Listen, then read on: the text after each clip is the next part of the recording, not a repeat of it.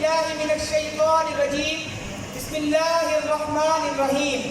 میرے ہم مکتب ساتھیوں، اساتذہ اکرام اور مہمانان گرامی، السلام علیکم. وعلیکم السلام. آج مجھے جس موضوع پر لب کشائی کرنے کا موقع ملا ہے اس کا عنوان ہے پاکستان خواب اور تعبیر. پنجاب کے بنگال کے جوان چل پڑے، پنجاب کے بنگال کے جوان چل پڑے، سندھی بلوچی سرحدی پٹھان چل پڑے.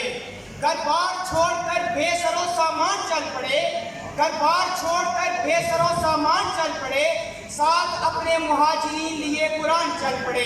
قائد ملت بھی چلے ہونے قربان، قائد ملت بھی چلے ہونے قربان، کیونکہ یہ تھا قائد اعظم کا پاکستان. صاحب صدر ایک جذبہ، ایک جنون جس کی تپش کو اپنے سینوں میں محسوس کرتے اور کبھی ہمت نہ ہارتے.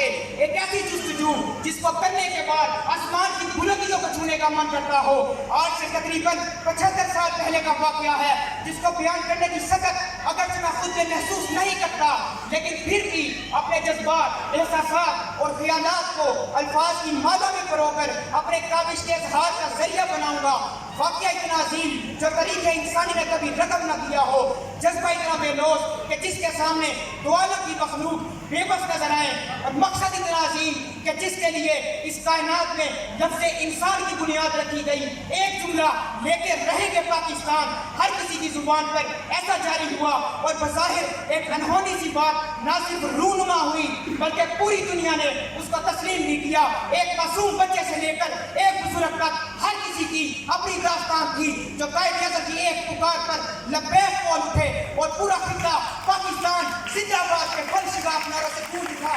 پھر اقبال نے بھی کہا غلامی میں ناکام آتی ہیں شمشیریں نہ تدبیریں، غلامی میں ناکام آتی ہیں شمشیریں نہ تدبیریں، جو ہو ذوقِ یقین پیدا تو کٹ جاتی ہیں زنجیریں، جو ہو ذوقِ یقین پیدا تو کٹ جاتی ہیں زنجیریں. 14 اگست 1947 یعنی آزادی، جس کا مطلب وہی سمجھ سکتا ہے جو اس سے پہلے کی تاریخیوں میں دیا ہو.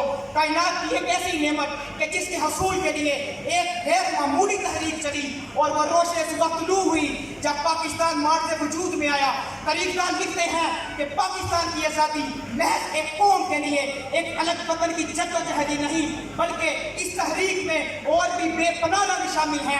مثلاً دنیا کی تحریک میں کتنی بڑی ہجرت کبھی نہیں ہوئی جب لاکھوں لوگ ایک ملک سے دوسرے ملک صرف اپنی آزادی کے لیے چل پڑے. یوں لفظ ہجرت کا مفہوم بھی واضح ہوا، اور ایک اور لفظ قربانی بھی اسی سے عبارت ہوا جب لاکھوں لوگوں نے اپنے بسے ہوئے گھروں کو چھوڑا، نئے گھر بسانے لگے. اپنے پیارے دوست، رشتہ دار، عزیز و اقارب سب کو یا تو چھوڑ دیا یا ایک لفظ پاکستان پر قربان کر دیا. جس کو طوفان سے الجھنے کی جو عادت محسن، جس کو طوفان سے الجھنے کی جو عادت محسن، ایسی کشتی کو سمندر بھی دعا دیتا ہے، ایسی کشتی کو سمندر بھی دعا دیتا ہے.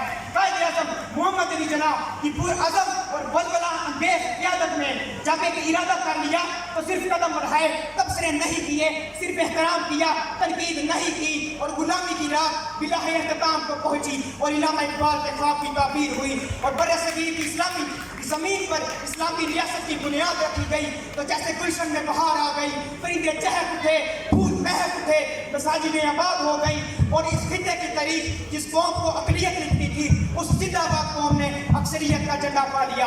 آخر میں یہ دعا ہے اللہ پاک ہمارے وطن کو سدا سلامت رکھے، اور اس ملک پر قیامت تک پائندگی اور تابندگی کے حسین سائے رہیں. واللہ کہ یہ ملک خدا داد رہے گا، واللہ کہ یہ ملک خدا داد رہے گا. آزاد تھا، آزاد ہے، آزاد رہے گا. شکریہ. بہت شکریہ.